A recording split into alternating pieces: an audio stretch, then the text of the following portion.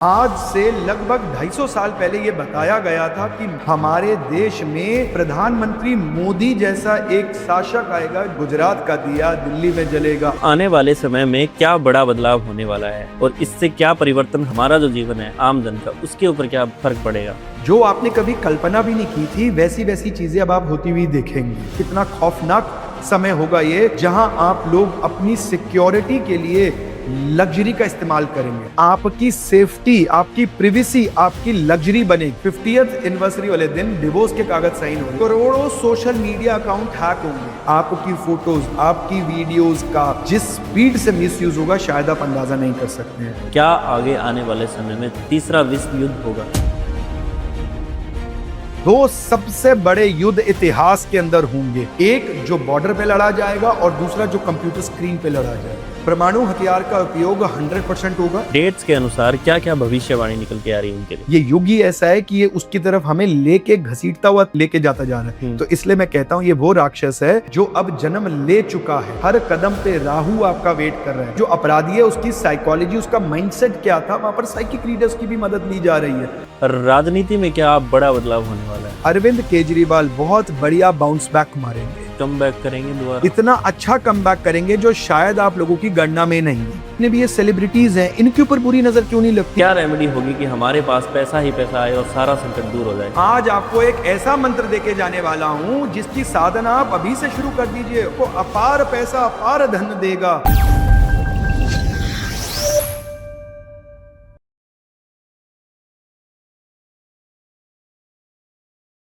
नमस्कार, जय श्री राम दोस्तों, स्वागत है आपका एक्स टॉक के नए और एक खास पॉडकास्ट में, जहां हम बातें करते हैं भविष्य से जुड़ी उन चीज़ों के बारे में जिनके बारे में कोई नहीं जानता।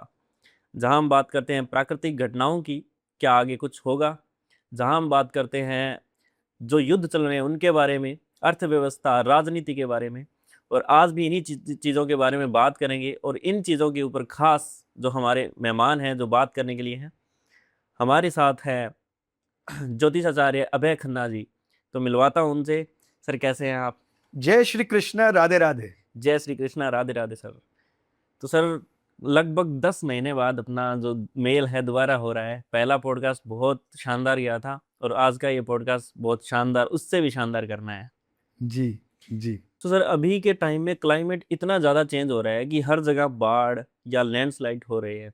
इसके पीछे भी एस्ट्रोलॉजी होगी। ये आपने इतना बढ़िया प्रश्न बोला है। ज्योतिष सालों से, हजारों सालों से अपने प्रिडिक्शंस के लिए फेमस है और जानी जा रही है, लेकिन फिर भी प्रमाण देने पे मजबूर है। आज से लगभग 250 साल पहले यह बताया गया था कि मासेस में ग्लेशियर्स पिघलेंगे और तो और मोबाइल फोन का आविष्कार होगा, प्लेन हेलीकॉप्टर बनेंगे, बिजली का आविष्कार होगा, और इसके चित्र के साथ ये प्रमाण है। और इतना ही नहीं, हमारे देश में प्रधानमंत्री मोदी जैसा एक शासक आएगा जो कि जिनका शासन इतना लंबा चलेगा और जिनका राज्य चलेगा। ये 250 साल पहले मावजी महाराज ने अपने जो उनकी रिसर्च है, आज भी प्रमाण के तौर पे वो राजस्थान के अंदर है, जहां पर उन्होंने ये मेंशन कर रखा था कि ऐसा होगा। अच्छा, मावजी महाराज राजस्थान से। उन्होंने ये बताया था कि गुजरात का डंका बोलेगा, गुजरात का दिया दिल्ली में जलेगा, और ऐसी कई भविष्यवाणी है। फिर भी ज्योतिष को हमेशा प्रमाण देने की आवश्यकता पड़ती है। मैं सोचता हूं कि शायद आनंद, हम लोग ना अपने ही सब्जेक्ट पे ज्यादा डाउट कर रहे हैं और जो कि हमने बाहर से साइंस लिया उस पे हम इजीली ट्रस्ट कर रहे हैं। हाँ, यहाँ पर तर्क वितर्क की बात नहीं है। आपने जो स्टार्टिंग में बात बोली कि कैसे हम समय सिर पहुंचे, इसके अंदर भी ज्योतिष गणना इन्वॉल्व है। हाँ। मैं अपने दिन की शुरुआत ज्योतिष से करता हूं, मैं अपने रात का अंत ज्योतिष से करता हूं।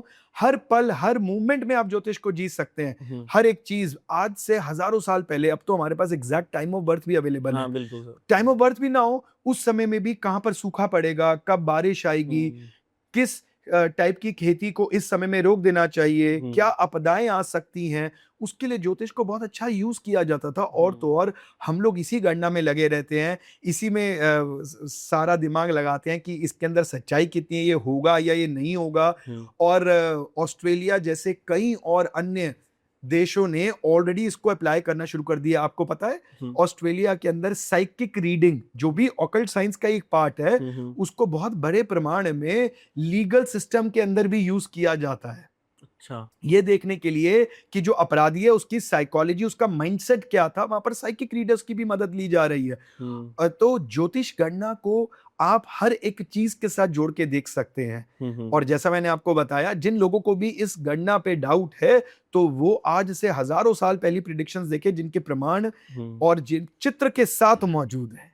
सो सर, बात करें अगर भविष्यवाणियों की आगे के समय के लिए, तो आने वाले समय में क्या बड़ा बदलाव होने वाला है और इससे क्या परिवर्तन हमारे जो दिनचर्या है, हमारा जो जीवन है आम जन का, उसके ऊपर क्या फर्क पड़ेगा? जो आपने कभी कल्पना भी नहीं की थी वैसी वैसी चीजें अब आप होती हुई देखेंगे। डिजिटल आइडेंटिटी बनेगी आप सबकी। जिसके पास डिजिटल आईडी है उसी का ही हॉस्पिटल में इलाज हो रहा है, उसी के बच्चे की एजुकेशन के अंदर, यहां तक कि सरकारी नौकरी में भी आपकी डिजिटल आईडी का इस्तेमाल होगा। इतने बड़े प्रमाण में ये परिवर्तन आएगा। आज से आप लगभग 10 साल पहले जाके देखिए 2016 में तो डिजिटलाइजेशन, डिजिटल पेमेंट्स, यूपीआई कितनी बड़ी बात मानी जाती थी। आज की डेट में अगर आप सब्जी खरीदें या किसी रिक्शे वाले को आप पैसे दें, वो उनके पास भी आपको यूपीआई आईडी मिलेगी। इस स्पीड से जो ये परिवर्तन आ रहा है, हम सबकी एक डिजिटल आईडी से ही हम पहचाने जाएंगे। शायद आपका प्रमाण पत्र, आपकी पहचान आपके स्वयं से ज्यादा डिजिटल आईडी होने वाली है। तो जितना ये डिजिटलाइजेशन जितना बढ़ रहा है उतना फ्रॉड भी बढ़ेगा, मतलब आगे फ्रॉड भी होने के चांसेस है बहुत ज्यादा। करोड़ों सोशल मीडिया अकाउंट हैक होंगे जो आपने आज तक नहीं देखा। इतना बड़ा साइबर क्राइम होगा जो सबको हिला के रख देगा। आप सब अपनी सोशल स्लेव्स के कारण अपनी हर प्राइवेट मूवमेंट, अपनी फोटोज, अपनी परिवार की फोटोज सोशल मीडिया, इंस्टा, अलग अलग प्लेटफॉर्म्स पे डालते हैं। इसका मेजर मिसयूज होगा। आप देखिए ना, अभी भी अगर आप देखेंगे तो वॉइस का ट्रांसफॉर्मेशन, वॉइस का कॉपी तो अभी होना शुरू हो गया। आप बता नहीं पाएंगे कि ये एआई की वॉइस है या आपकी ओरिजिनल वॉइस है। लेकिन इतनी स्पीड से आपका रूबरू क्लोन भी बनाया जाएगा। रियल आदमी कौन है और एआई जनरेटेड आदमी कौन, इसका पता लगाना ही बड़ा मुश्किल हो जाएगा। अच्छा। इतनी डीप फेक वीडियोस बनेंगी जिसका अंदाजा नहीं लगा सकते हो। और ये दिन दूर नहीं है। कोई इन्फ्लुएंशियल इंसान है, मान लीजिए किसी के मिलियन में फॉलोअर्स है, कोई नेता है, कोई अभिनेता है, उसका क्लोन उसकी वॉइस ओवर करने के बाद उसके गलत स्पीचेस दिलवाना, भटकाने वाले, लोगों के अंदर नफरत पैदा करने वाली स्पीचेस, इतना कुछ बाहर आएगा जो कि देश विदेश का भी इसमें हाथ रहेगा। और आप लोग पता नहीं लगा पाएंगे कि ओरिजिनल कौन है और डुप्लीकेट कौन। इतना ज्यादा मिसयूज होगा। जितने जेंजीज हैं, यंगस्टर्स हैं, इनको भड़काया जाएगा। और तो और आप लोगों को भी खास ध्यान रखना है, क्योंकि आपकी फोटोज, आपकी वीडियोस का जिस स्पीड से मिसयूज होगा शायद आप अंदाजा नहीं कर सकते हैं। यहां पर अब लोगों के अंदर बदला लेने का, झगड़ने का जो तरीका है उसमें बहुत बड़ा बदलाव आता हुआ नजर आ रहा है। और ये बहुत खतरनाक होने वाला है। देखिए, मशीन को आप इंसान से ज्यादा करीब देखेंगे आज की डेट में। आप आज भी, अभी आप और मैं कितनी देर बात कर रहे थे, हम इतने समय बाद मिले। एक हमारे अंदर एक वो दोस्ती वाली भावना थी। आने वाले समय में आप ऐसा देखेंगे कि इंसान का जो सच्चा मित्र है वो मशीन होने वाली है। वो मशीन के साथ ही अपनी दिल की बातें करेगा, वो मशीन के साथ ही अपने इमोशन शेयर करेगा। इसलिए डिप्रेशन, एंजाइटी, स्ट्रेस ये अपनी चरम सीमा पे पहुंचेगा। क्योंकि यहां पर डिपेंडेंसी इतनी ज्यादा मशीन पे होती चली जा रही है। अगर आज भी मैं 10 मिनट के लिए आपका फोन आपसे ले लूं तो शायद आपको लगेगा अभय जी रोटी मत दो लेकिन फोन मुझे जरूर दे देना। फोन दे दो मेरा। हाँ। तो इसी स्पीड से आप लोग कितने डिपेंडेंट है, आपको पता ही नहीं लगेगा कि ये जो हम वीडियो देख रहे हैं ये क्या सच में किसी अभिनेता की है, सच में किसी नेता की है, सच में किसी युवक की है। जो जैसा चाहेगा वैसा इसका मिसयूज करेगा। सोचिए कितना डर, कितना खौफनाक समय होगा ये, जहां आप लोग अपनी सिक्योरिटी के लिए लग्जरी का इस्तेमाल करेंगे। जी, मैं ऐसा कहना चाह रहा हूं कि आपकी सेफ्टी, आपकी प्रिवेसी, आपकी लग्जरी बनेगी। आप महंगे महंगे सॉफ्टवेयर्स खरीदेंगे, इन लोगों को पैसे देंगे ताकि आपके डाटा को, आपकी फोटोज, आपकी चीजों को सिक्योर, सेफ रखा जाए, उसका मिसयूज ना हो। मैसिव लेवल पे साइबर क्राइम्स बढ़ने वाले हैं। बिल्कुल सर, जैसा आप बता रहे हो आज के टाइम में भी अभी भी हो ही रहा है ये। तो नेताओं की स्पीच बदल दी जाती है इसकी वॉइस के जरिए। आनंद, ये तो सिर्फ शुरुआत है, अभी तो हम्म। ये स्पीड तक पहुंचे। जिस स्पीड से ये बढ़ रहा है और जो समय हम्म। जैसे बता रहा है हम कलयुग की तरफ बढ़ रहे हैं, आप देखो ना कलयुग की निशानी क्या होती है। विष्णु पुराण में क्लियरली बहुत अच्छे से ये लिखा हुआ है, जब इंसान को इंसान से विश्वास खत्म होगा, शादी सोसाइटी से दूर चली जाएगी, जो कि हमारा एक संस्कार है, एक मॉरल वैल्यू है। आज की डेट में बहुत सारे लोग हैं, खासकर लड़कों की बात करें तो उन्हें विश्वास खत्म हो गया। मेरे पास इतनी रोज की कॉल्स आती हैं इसके लिए कि सर मैं इस लड़की को 4 महीने से जान तो रहा हूं, लेकिन क्या मैं इससे शादी करूं, इसका असली रूप सच्चा रूप क्या होगा। इतनी ज्यादा इसके क्वेश्चंस बढ़ने शुरू हो गए हैं आज की डेट में कि अब शायद वो ट्रस्ट, वो विश्वास दिमाग पे भी नहीं रहा है कि जो हम देख रहे हैं, जो हम सुन रहे हैं, क्या इसी में सच्चाई है या इसमें कुछ बदलाव निकलने वाला है। हाँ। तो ये हमारी सोसाइटी इस स्पीड से कलयुग की तरफ जा रही है, जहां पर आप आने वाले समय में देखेंगे कि शादियां बहुत नामात्र हो रही हैं। 25-25 साल पुरानी, 30-30 साल पुरानी शादियां टूट रही हैं, जो आज तक हम कभी सोचते भी नहीं थे। लोग सोचते हैं यार अब तो इतना जीवन निकाल दिया, अब तो आगे कभी और हम कॉम्प्रोमाइज करके निकाल सकते हैं। लेकिन आप ऐसा देखेंगे कि 50th एनिवर्सरी नहीं, 50th एनिवर्सरी वाले दिन डिवोर्स के कागज साइन हो रहे हैं। और ये ऐसे चीजें हैं जो आज आपको कल्पना लग सकती हैं, लेकिन ये स्पीड से सच की तरफ आगे बढ़ती चली जा रही हैं। उसी हिसाब से आज आप लोग अपने बैंक अकाउंट को अपनी फेस आईडी से सेव करके रखते हैं, अपने फोनों को अपनी फेस आईडी से सेव करके रखते हैं। फीचर्स होते हैं ना आपके पास जिसमें आप अपनी फेस आईडी दिखाते हैं, आपका बैंक अकाउंट खुल जाता है, आप बैंक अकाउंट में ट्रांजैक्शंस कर सकते हैं। इन सब का मिसयूज होगा, इन सब के अंदर बहुत भयंकर तरीके से क्राइम होगा। देखिए जब हम कलयुग की बात करते हैं ना, तो वो डोमिनेट ही राहु से, और राहु क्या, छलावा, रियलिटी नहीं है। आज की जो हम दुनिया है, क्या हम ये रियल जीवन जी रहे हैं? हम रियलिटी में है कहां? हम हर चीज फिक्शन, लोगों को दिखाने के लिए दिखावे की जिंदगी जी रहे हैं, हम दोहरी जिंदगी जी रहे हैं। और क्या करें, ये युग ही ऐसा है कि ये उसकी तरफ हमें लेके घसीटता हुआ लेके जाता जा रहा है। तो इसलिए मैं कहता हूं ये वो राक्षस है जो अब जन्म ले चुका है, अब इससे बचना मुमकिन नहीं है। तो अब आपको इसके साथ जीना सीखना पड़ेगा। अब आपको अपनी स्पीड और गति भी बढ़ानी पड़ेगी। अब आप इसके अंदर लेजी या आलस्य नहीं हो सकते, या अपने आप को टेक्नोलॉजी से वंचित नहीं रख सकते कि नहीं भाई हम तो आज भी हम डिजिटल के अंदर नहीं जाते हैं। ठीक है साहब, आप मत जाइए, आपकी आइडेंटिटी खत्म हो जाएगी। बहुत सारे लोग ऐसा भी बोलते थे कि हमने तो वर्क फ्रॉम होम क्या होता है, हम तो ऑफिस जाके ही काम कराते हैं। कोविड ने सिखाया, आपने कभी सुना था कि वर्क फ्रॉम होम चीजें भी होती है? इक्का दुक्का सुनने को मिलता था। अब देखिए वर्क फ्रॉम होम की स्पीड से बढ़ रहा है, तो समय ऐसे ही परिवर्तन करता है। मुझे आज भी याद है 2016 के अंदर जब सबसे पहले डिजिटल करेंसी की बात शुरू हुई थी, तो हर कोई कहता था अरे हम नहीं जाते हैं फोनों की करेंसी के अंदर, इस पे ट्रस्ट नहीं है। आज सबसे पहले क्या चीज हम आगे करते हैं? वही यूपीआई आईडी। तो ये जो परिवर्तन हो रहा है, अब इससे जो भागेगा वो पिछड़ जाएगा। अब ये जो राक्षस है, इसके साथ जीना सीखिए, अपने आप को प्रोटेक्ट करके चलिए, और समझ के चलिए कि हर कदम पे राहु आपका वेट कर रहा है। राहु मतलब चोरी चकारी, नजर हटी दुर्घटना घटी। सर एआई का क्या एजुकेशन के ऊपर भी इफेक्ट पड़ेगा? बहुत बढ़िया प्रश्न आपने बोला ये आनंद। एआई का एजुकेशन के ऊपर इतना ज्यादा इंपैक्ट पड़ेगा, मुझे बड़े दुख से बोलना पड़ रही है ये बात, कि जितनी भी मेरी माताएं बहनें या मेरे भाई जो कि टीचिंग फील्ड में हैं, और खासकर जो ट्यूशंस के ऊपर डिपेंडेंट हैं, जो कि कोई इंस्टीट्यूट चला रहे हैं, उनकी भारी मात्रा में इन लोगों के काम पे इफेक्ट पड़ने वाला है। हर घर में एआई ट्यूटर होने वाला है, हर एक बच्चा अपना पर्सनल ट्यूटर रखेगा, एआई ट्यूटर। अब एआई इतनी स्पीड से एजुकेशन इंडस्ट्री के अंदर आने वाला है, उसका आविष्कार ऑलरेडी हो चुका है। ये सीधा आपको नजर आएगा जब ये आपके ऊपर पूरा अपना गिरफ्त बना लेगा, पूरी अपनी छाया से आपको कवर कर लेगा। पहले ही सतर्क हो जाइए, क्योंकि इस इंडस्ट्री के अंदर सबसे ज्यादा जो नुकसान होगा वो ट्यूशन सेंटर्स को होने वाला है, इंस्टीट्यूट्स को होने वाला है।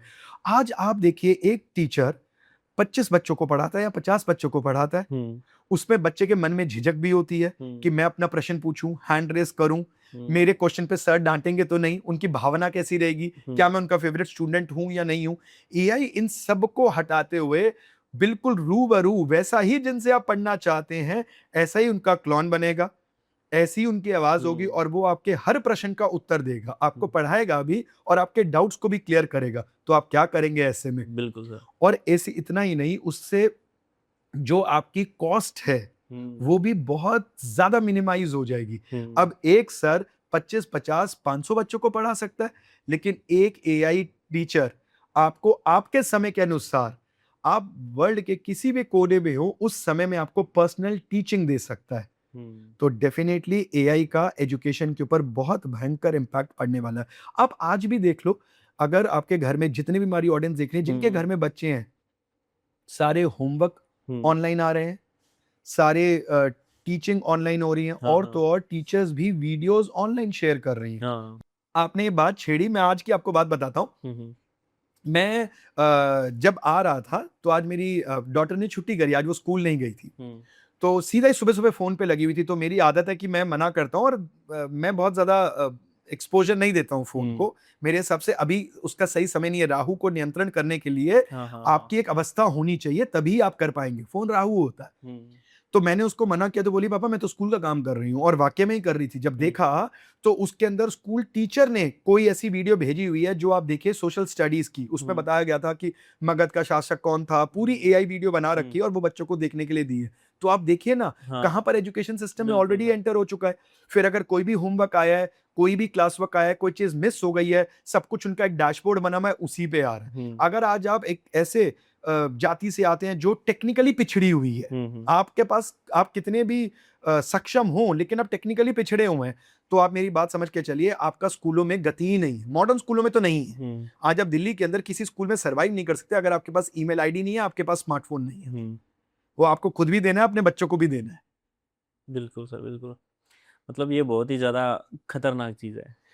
डिपेंडेंसी, और जितनी मैं ऐसी बातें आपके साथ कर रहा हूं, तो मुझे वो वाली चीजें नजर आती चली जा रही है कि एजुकेशन को कैसे इम्पैक्ट कर रहा है। एक मैथ्स का क्वेश्चन सॉल्व कर रहा था एक बच्चा, और उससे हो नहीं रहा था।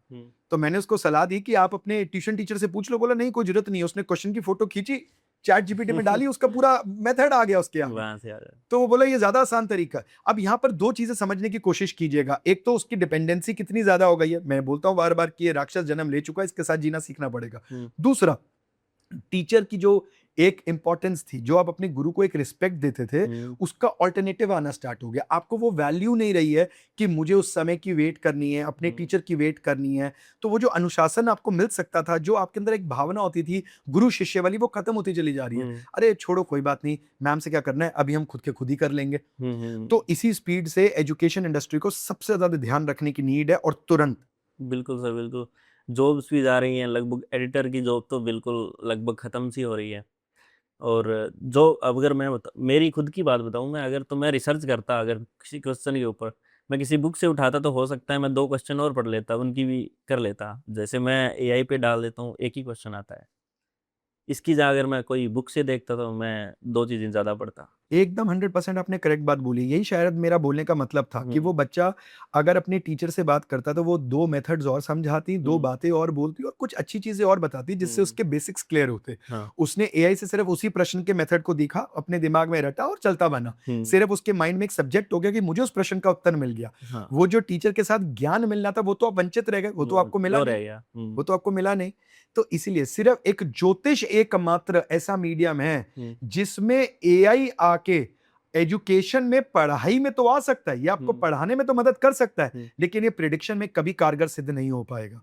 कई लोग ऐसी कोशिश कर रहे हैं, बहुत सारी ऐसी एप्स भी बन गई हैं जो एआई बेस्ड प्रिडिक्शंस दे रही हैं। यहां मेरी एक सबसे बड़ी चुनौती है हर किसी को, जब हम एआई की टेक्नोलॉजी की बात करते हैं, तो ये राहु ड्रिवन होती है। बिना राहु के टेक्नोलॉजी नहीं है। एक फेक आदमी आपके सामने बैठा है, आज मैं लाइव बैठा हूं, ये प्रमाण है आपके पास। हो सकता है आज के 1.5 साल बाद मेरा क्लोन के साथ आप इंटरव्यू कर रहे हो और आपका भी क्लोन हो, और ये जनता बता नहीं पाएगी कि हम सच्ची में बैठे हैं या हमारे एआई इमेजेस इंटरव्यू कर रही है, बात कर रही है।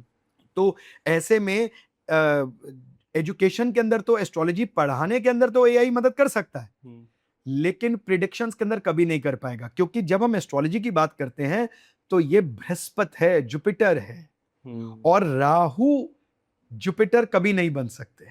तो यहां पर देश, काल, परिस्थिति, समय, इसका कोई फिक्स्ड पैटर्न नहीं है। इसका सोचने का नजरिया, बहुत सारे ऐसे मीन्स एंड मीडियम्स होते हैं जिससे आप अपनी प्रिडिक्शन को उस समय के अनुसार करते हैं। आपका देखने का नजरिया होता है, आपकी इंट्यूशन होती है। यहां पर शायद एआई उतना कामयाब नहीं हो पाएगा। कई लोगों ने कोशिश की है, लेकिन मुझे ऐसा लगता है कि ये हमारी यूथ को और इस फील्ड के साथ जस्टिफिकेशन नहीं है। आप एजुकेशन के अंदर बिल्कुल डाल सकते हैं, उसमें डालना भी चाहिए हम्म, कि इससे आप बहुत लाखों लोगों तक एजुकेशन को पहुंचा सकते हैं, बट प्रिडिक्शन नहीं। सर जैसे एआई को बनाया तो इंसानों ने ही है, तो आने वाले समय में क्या एआई इंसानों पर हावी रहेगी या इंसान रह सकते हैं थोड़ा बहुत? ये देखिए, एआई बनाया तो इंसानों ने है, लेकिन आने वाले समय में क्या, आप अभी से देखिए उसकी शुरुआत हो चुकी है। एआई अब इंसानों का हर एक पल, हर एक मूवमेंट बता रहा है। हम्म आज की डेट में अगर मैं आप ही की फील्ड की बात करूं, हम्म तो आप अगर थंबनेल बनाते हैं तो पहले खुद का दिमाग लगाते थे, अब आप एआई से पूछते एआई हैं। से पूछते हैं। अगर आपको एआई ने मना कर दिया तो आपके अंदर वो कॉन्फिडेंस ही नहीं है हम्म कि आप उस थंबनेल को डाल दें। हम्म, आपके अंदर वो बात ही नहीं आती होगा, यार बिल्कुल। एआई मना कर रहा है, वो करता हूं जो एआई कर रहा है। हाँ। अभी से आप शुरू हो गए, आने वाला समय ऐसा होगा कि आप हर एक चीज एआई से पूछ के करेंगे, हर एक चीज मशीन राज करेगी और हम लोग उनके स्लेव होंगे। सोशल स्लेव्स तो आप लोग पहले ही बन चुके हैं। आप देखिए, आप कहीं भी घूमने जाते हैं, आप अपने परिवार के साथ समय नहीं बिताते हैं, आप ज्यादा से ज्यादा ये कैप्चर करके ना फटाफट से स्टेटस में अपडेट हाँ करते हैं। हाँ। मैं जा रहा था, अभी हाल ही में मेरा जाना हुआ, पौंडीचेरी में जा रहा था। तो रास्ते में मैंने जब हम फ्लाइट में बैठे थे, तो वो एक ऐसा समय होता है जिस समय में आपके पास वाईफाई नहीं है, आपके पास नेट नहीं है, तो हाँ। आप अपने परिवार के साथ समय बिता सकते हो। वहां मैंने क्या देखा, 4 फैमिली के लोग, 3 आगे बैठे थे, 1 पीछे बैठे थे। सबका ध्यान फोन पे था, जबकि आपके पास उस समय में नेट भी नहीं है। तब भी उनका ध्यान फोन पे था, किसी को किसी के लिए समय ही नहीं है। तो ऐसे सिचुएशन में एआई इस कगार आके हम पे हावी होगा कि आप हर एक मूव उसी से पूछ के करेंगे। आपके हॉस्पिटल के अंदर जाना, सबसे पहले आपकी स्क्रीनिंग होना, टेस्ट होना, दवाई तक आप एआई से पूछ के खाएंगे। आपको इंसान कम, फैक्ट्रीज, मॉल्स, हर जगह में एआई ज्यादा नजर आएंगे। जब इतना ज्यादा उनका रूल बढ़ेगा, हम उनसे इंस्ट्रक्शंस ले रहे होंगे, जिसकी शुरुआत हो चुकी है, आगे आगे ये बढ़ता ही चला जाएगा। इसलिए मैं बोलता हूं, इससे डरने की जरूरत नहीं है, अब तो ये पैदा हो गया, अब आपको इसके साथ जीना सीखना पड़ेगा। सर जैसे ही अभी वॉर चल रहे हैं इधर उधर, और ये मैं भविष्यवाणी जानना चाहता हूँ कि क्या आगे आने वाले समय में तीसरा विश्व युद्ध होगा?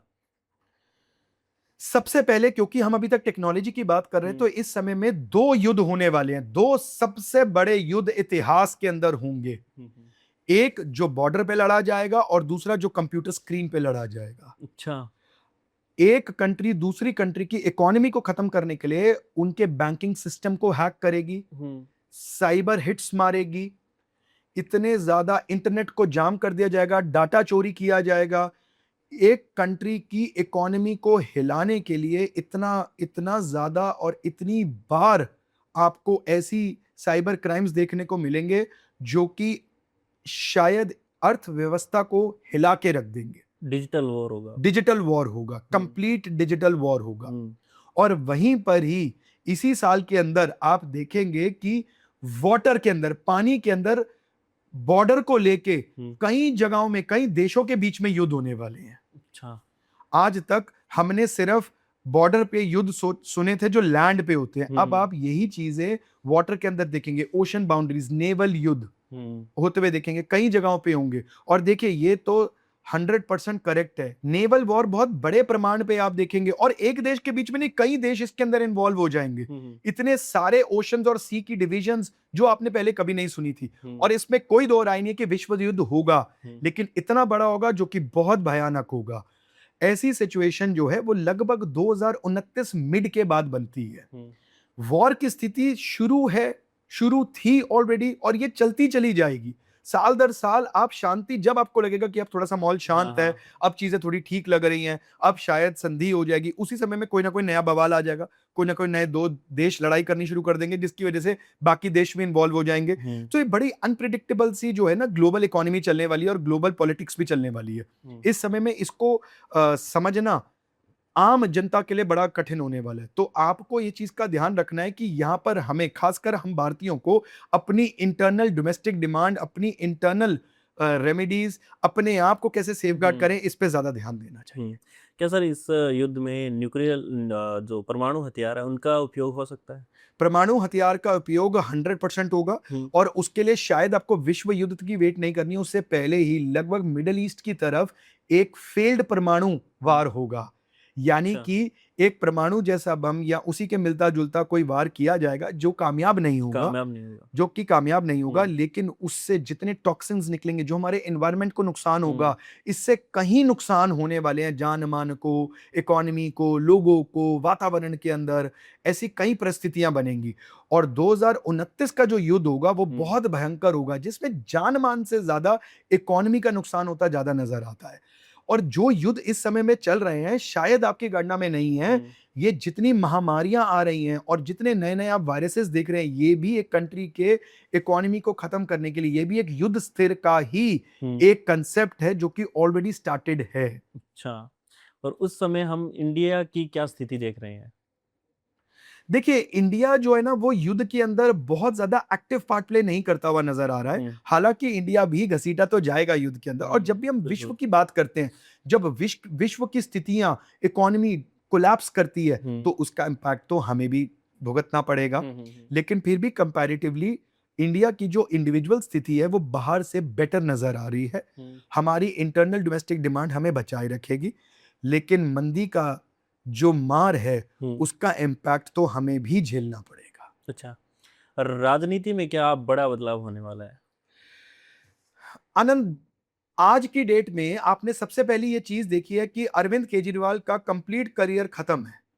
कई ज्योतिषों ने, इंक्लूडिंग मी, मैंने भी ये बहुत बार बोली है कि अरविंद केजरीवाल जो है वो अब उनका पॉलिटिकल करियर नहीं है। अब ये उन सब लोगों के लिए है जिनके मन में बहुत सारा डाउट रहता है कि क्या रेमेडी से कुछ होता है, क्या रेमेडीज काम करती हैं। इस स्तर पे रेमेडीज चल रही हैं जो आप सोच नहीं सकते हैं। आने वाले समय में अरविंद केजरीवाल बहुत बढ़िया बाउंस बैक मारेंगे, कम बैक करेंगे दोबारा, इतना अच्छा कम बैक करेंगे जो शायद आप लोगों की गणना में नहीं है। और वहीं पर ही इन्हीं की पार्टी का एक हिस्सा टूटा हुआ जो गया है, राघव चड्ढा, उनको बहुत जल्द एक अच्छा नेतृत्व मिलेगा भाजपा के अंदर। वो एक बहुत अच्छी पोजीशन पे पहुंचेंगे, एक डंके की चोट पे एक बड़े प्रसिद्ध नेता के रूप में ये जल्द नजर आएंगे। अच्छा, लेकिन यहीं पर ही हमें ये चीज भी समझनी है कि 31 अक्टूबर के बाद जो हमारी रूलिंग पार्टी है, जो हमारी रूलिंग सरकार है, उसका बहुत बड़ा पॉलिटिकल कंसोलिडेशन भी नजर आ रहा है। यानी कि एग्रेसिव वाला साम दाम दंड भेद, हर मजबूती से अपनी पोजीशन, अपनी पावर को रिटेन करना, अपने आप को मजबूत बनाना, इसके लिए वो सारे कदम लेंगे। कहीं वो सही, कईयों को गलत, लेकिन वो अपने आप को मजबूत बनाएंगे और बहुत स्ट्रॉन्ग बाउंस बैक करेंगे। बड़े सारे एडमिनिस्ट्रेटिव चेंजेस होते हुए देखेंगे आप। इतने मेजर एडमिनिस्ट्रेटिव चेंजेस होंगे जिससे थोड़े से बवाल भी होंगे, कई लोग इससे डिससैटिस्फाइड भी रहेंगे, लेकिन सरकार अपनी लोकप्रियता को मेंटेन करने के लिए, अपने आप को सुपीरियर या प्रोटेक्टिव करने के लिए कुछ सख्त कदम लेती हुई नजर आएगी। अच्छा, पंजाब में चुनाव होने वाले 2027 में, उसमें क्या देख रहे हैं आप भविष्यवाणी के थ्रू? राघव चड्ढा जी वहां आ सकते हैं क्या, या फिर वहां बीजेपी आएगी? राघव चड्ढा को एकदम से सीधा सीएम फेस या एकदम से बहुत बड़ी पोजीशन एकदम से नहीं मिलेगी, बट इनको धीरे, स्लोली एंड स्टेडली ये एक बहुत ऊपर लेवल पे जाएंगे और बहुत स्ट्रांग नेता के रूप में ये नजर आएंगे। अभी तो कुछ समय में लॉजिकल लेवल पे बहुत सारे लोगों को ऐसा लग रहा है कि इन्होंने धोखा दिया है, बेट्रेयल है, क्योंकि अभी इनकी थोड़ी सी अंतर्दशा भी बहुत अच्छी नहीं चल रही है, इसलिए इनका एक टेम्परेरी फेज है जहां पर मिक्स रिव्यूज है इनके रिलेटेड। कुछ इनके फेवर में है कि ही इज एजुकेटेड, कुछ अच्छा, कुछ है कि नहीं इन्होंने तो दागेबाजी की है, इन्होंने अपनी पार्टी को छोड़ दिया, तो मिक्स रिव्यूज है। 2027 नवंबर के बाद ही इनकी जो है वो पतंग हवा में आती है और धीरे धीरे धीरे धीरे धीरे ये बहुत फेमस, बहुत नोन नेता के रूप में आपको दिखेंगे। उससे पहले इन्हें कोई बहुत बड़ी पोजीशन मिलती हुई नजर नहीं आती है। 2027 के अंदर जो आपने पंजाब के इलेक्शन बोले, इसमें आम आदमी पार्टी तो वापसी नहीं कर रही है, लेकिन इंडिविजुअली केजरीवाल की जो रणनीतियां हैं और जो केजरीवाल का इंडिविजुअल चार्ट है, वो खुद जहां अपनी छवि को आगे दिखाएंगे, वहां उनके बाउंस बैक की प्रोबेबिलिटी बहुत हाई है। उनकी रणनीतियां ही एकमात्र ऐसी हैं जो कि ऑपोजिशन को या जो कि रूलिंग पार्टी को तकलीफ में ला सकती हैं, जो कि अभी उतना ज्यादा नजर नहीं आ रहा है। वो हिडन चल रहे हैं, वो पीछे में चल रहे हैं। जब तक केजरीवाल अपने आप को फेस जिस स्टेट का नहीं बनाएंगे, तब तक उस पार्टी का जीतना थोड़ा सा मुश्किल है। इसलिए आम आदमी पार्टी का भी पंजाब में तो उनका वापसी नजर नहीं आ रही। और यूपी में सर, क्या योगी जी वापस आएंगे? यूपी के अंदर भाजपा की सरकार ही बनेगी। योगी जी फेस बन के फाइट करेंगे सीएम का, लेकिन ये अपना कार्यकाल पूरा नहीं करेंगे। इनको शायद हायर पोजीशन मिल जाएगी, लेकिन यूपी के अंदर भाजपा सरकार ही बनेगी। अच्छा, और प्रधानमंत्री की अगर देखें, मोदी जी की कुंडली अगर देखें, उसके अंदर क्या उनका भविष्य है 2029 के बाद में? क्या वही रहेंगे या चेंज हो जाएंगे इस बार? सितंबर 2025 से लेके सितंबर 2026 तक का जो समय है, मोदी जी ने निकाला, ये इनके बिल्कुल भी अनुकूल नहीं था। लगभग आज हम अगस्त के महीने में बैठे हैं, ये अपना जितना भी टफ पीरियड था वो निकाल चुके हैं। जितना इस एक साल में क्रिटिसिज्म मोदी सरकार को या मोदी जी को मिला है, शायद आपने इनके बाकी पूरे एंटायर कार्यकाल में नहीं देखा होगा। नहीं देगा। इनके जो कई लोग पार्टी के अंदर भी बड़े सारे विरोध हो रहे हैं, जो इनके डाई हार्ड फैंस थे वो भी डाउटफुल सिचुएशन में आ गए हैं।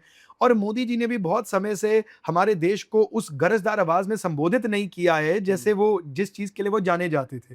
शायद इनका जो ये वाला समय ये लगभग समाप्त होने की कगार पे है।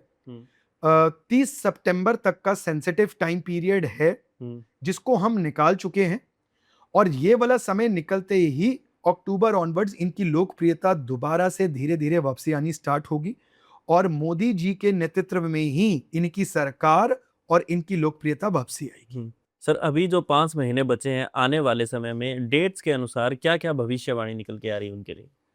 आने वाले 5 महीने बड़े टफ होने वाले हैं, बहुत कठिन होने वाले हैं।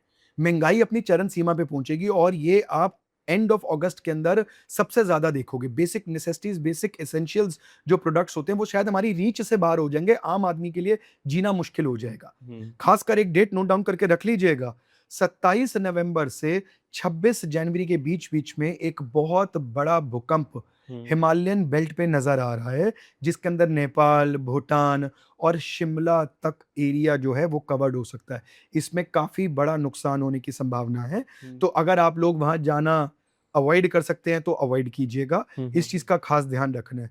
आने वाले 3.5 महीने खासकर उन लोगों के लिए जो कि लेबर इंटेंसिव काम करते हैं, जो स्किल्ड अनस्किल्ड लेबर के ऊपर ज्यादा डिपेंडेंट है, फैक्ट्रीज, इंडस्ट्रीज, उनको बहुत मुश्किलें आने वाली हैं।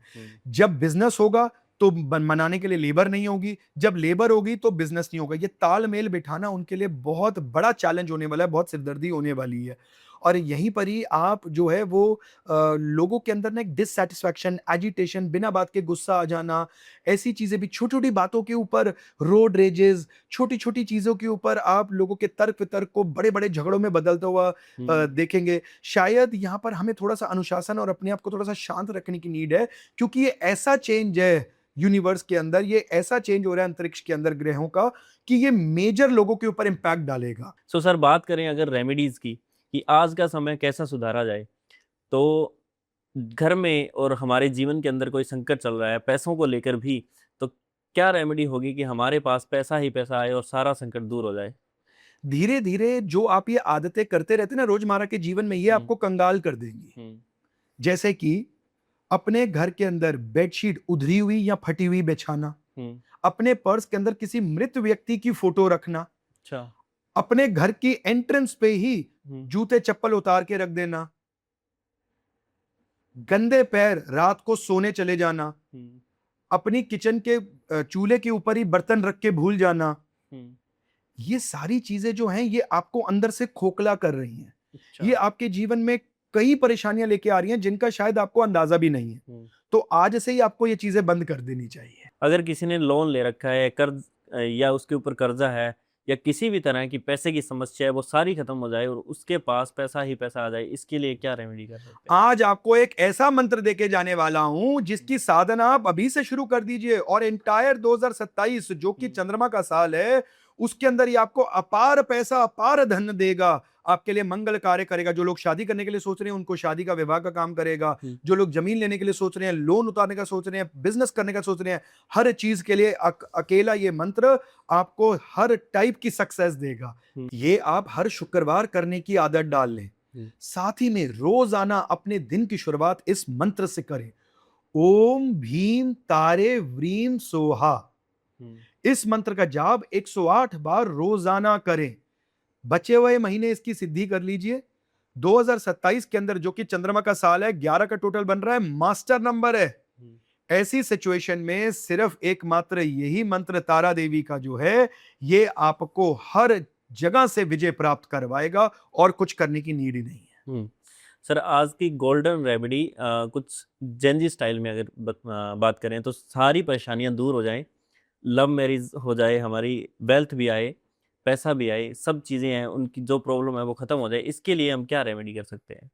आनंद, आपने बहुत अच्छी बात बोली, आपने जेंजी स्टाइल बोला है, तो मैं आप लोगों की जेंजियों के लिए एक ऐसा तरीका बता सकता हूं जिससे कि आप अपने रोजमर्रा के जीवन में छोटे छोटे चेंजेस करके कई मुश्किलों का सोल्यूशन ला सकते हैं। ट्रेडमिल पे भागने से अच्छा है आप ग्रीन ग्रास पे भागे, इससे आप अपने बुध को भी अच्छा कर लेंगे और मंगल भी स्ट्रांग रहेगा।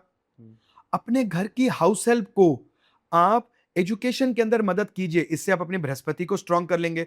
हफ्ते में एक दिन सोशल डिटॉक्स कीजिए और साथ में महीने में एक दिन अपनी बॉडी को डिटॉक्स कीजिए। राहु नियंत्रण में रहेंगे, राहु अगर नियंत्रण में रहे आपको जीवन में कभी भी कोई क्रॉनिक डिजीज नहीं होगी, कभी आप डिप्रेशन का शिकार नहीं बनोगे। महीने में एक दिन अपने घर से एक आइटम डी क्लटर कीजिए, कोई एक चीज जो कि आपकी अनयूज्ड अब नहीं चाहिए उसको अपने घर से निकाल दीजिए। सिर्फ अपने घर को ही सुंदर मत बनाइए, अपने ऑफिस टेबल को भी साफ सुथरा रखिए, अपनी काम करने वाली जगह को भी सुंदर बना के रखिए, साफ सुथरा रखिए, शुक्र आपके मजबूत हो जाएंगे। सर, अगर किसी के ऊपर नजर पड़ जाए तो उसके क्या साइंस होते हैं? आपके ऊपर बुरी नजर है, आपके घर पे किसी ने बुरी नजर लगा दी है, ये कैसे मालूम होता है? अगर बार बार आपके पैसों का नुकसान हो, रेपिटेटिवली आपके साथ फ्रॉड होता रहे, लोन ऐसा चढ़ा है जो उतरने का नाम ही नहीं ले रहा है, आप उस विशियस सर्कल के अंदर फंस गए हैं। घर आते ही आप एजिटेटेड फील करते हैं, हाइपर हो जाते हैं, अपनों के साथ लड़ाई झगड़ा करने का मन करता है, सुबह उठते ही थकावट महसूस होती है, अच्छा माहौल है, एसी चल रहा है, ठंडा माहौल है, खाना खाते ही अचानक से आपको पसीना आने लगता है, खासकर गर्दन के पीछे, यानी कि आपके ऊपर कोई नेगेटिव एनर्जी का साया है।